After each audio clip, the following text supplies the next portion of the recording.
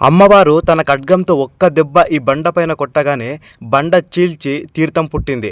అప్పుడు అమ్మవారు ఆ తీర్థంలో స్నానం చేయగానే తన చేతికి అంటుకున్న ఆ లింగం విడిపించుకుంది. నేను అరుణాచలంకి 4 టైమ్స్ వెళ్ళిన, కానీ ఒక్కసారి కూడా ఈ టెంపుల్కి వెళ్ళలేదు.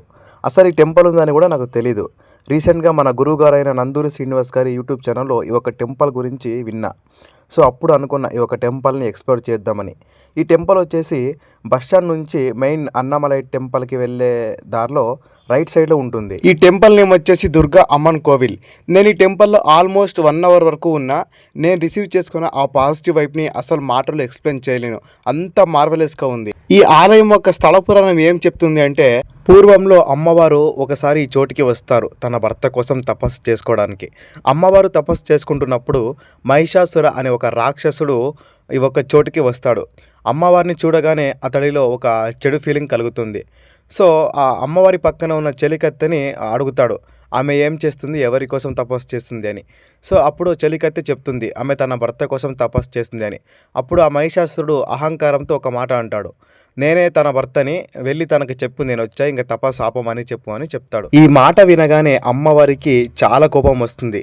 ఎందుకంటే ఆమె శివుడిని తప్ప ఇంకెవరిని భర్తగా ఊహించుకోలేదు. మహిషాసురుడు తన సైన్యం మొత్తాన్ని అమ్మవారి పైకి యుద్ధానికి పంపాడు. అంతమంది సైన్యాన్ని అమ్మవారు ఒకే దెబ్బతో పడగొట్టారు. సో అప్పుడు మహిషాసురుడే డైరెక్ట్ గా అమ్మవారి పైన యుద్ధానికి వెళ్ళాడు. అమ్మవారు వాడిని చంపడానికి ఒక ఉగ్ర రూపాన్ని దాల్చారు. అమ్మవారు తన ఖడ్గంతో మహిషాసురుడి తలని ఒకే దెబ్బకే నరికేశారు. అండ్ వాడి మెడలో ఒక శివలింగం ఉంటుంది, ఎందుకంటే వాడు ఒక శివభక్తుడే. అమ్మవారు ఒక శివభక్తుడిని చంపిన పాపం తన చేతులకి ఆ లింగం అలానే అంటుకుంటుంది. అప్పుడు ఒక మహర్షి ఇలా అంటారు, చూడమ్మ వాడు ఎంత రాక్షసుడైనా శివభక్తుడే, శివభక్తుడిని చంపితే ఆ పాపం అలానే ఉంటుంది. నువ్వే ఒక తీర్థాన్ని సృష్టించి ఆ తీర్థంలో స్నానం చేస్తే నీ చేతికి అంటుకున్న ఆ శివలింగం విడిపించుకుంటుంది అండ్ నువ్వు చేసిన పాపం కూడా పోతుంది అని మహర్షి గారు చెప్పారు. అప్పుడు అమ్మవారు తన చేతిలో ఉన్న ఖడ్గంతో ఒక బండ పైన గట్టిగా ఒక దెబ్బ కొట్టారు. అప్పుడు ఆ బండ చీల్చుకుని ఒక తీర్థం పుట్టింది. దాన్నే మనం ఖడ్గ తీర్థం అని పిలుస్తాం.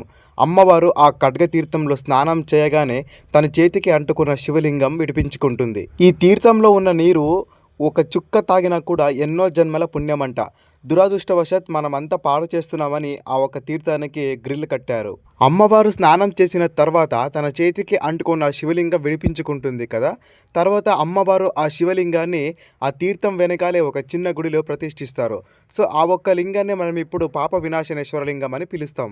అండ్ ఈ టెంపుల్ నుంచి అరుణాచలం కొండ లింగాకారంలో కనిపిస్తుంది. ఈ ఒక్క సీన్ ని అస్సలు మిస్ కాకండి. గర్భగుడిలో అమ్మవారు ఫస్ట్ చాలా ఉగ్ర రూపంలో ఉండేవారంట, అంటే మనలాంటి సామాన్యులు చూడడానికి వీలు లేకుండా ఉండేవాళ్ళంట. తర్వాత రమణ మహర్షి గారు ఆ ఉగ్ర కళలను తీసి శాంత కళలు ప్రవేశపెట్టారని చెప్తారు. సో నెక్స్ట్ టైం అరుణాచలం వెళ్ళినప్పుడు ఈ ఒక్క దుర్గామాత టెంపుల్ని అస్సలు మిస్ కాకండి. Okay, thanks for watching friends. దయచేసి మా ఛానల్ని సబ్స్క్రైబ్ చేసుకోండి.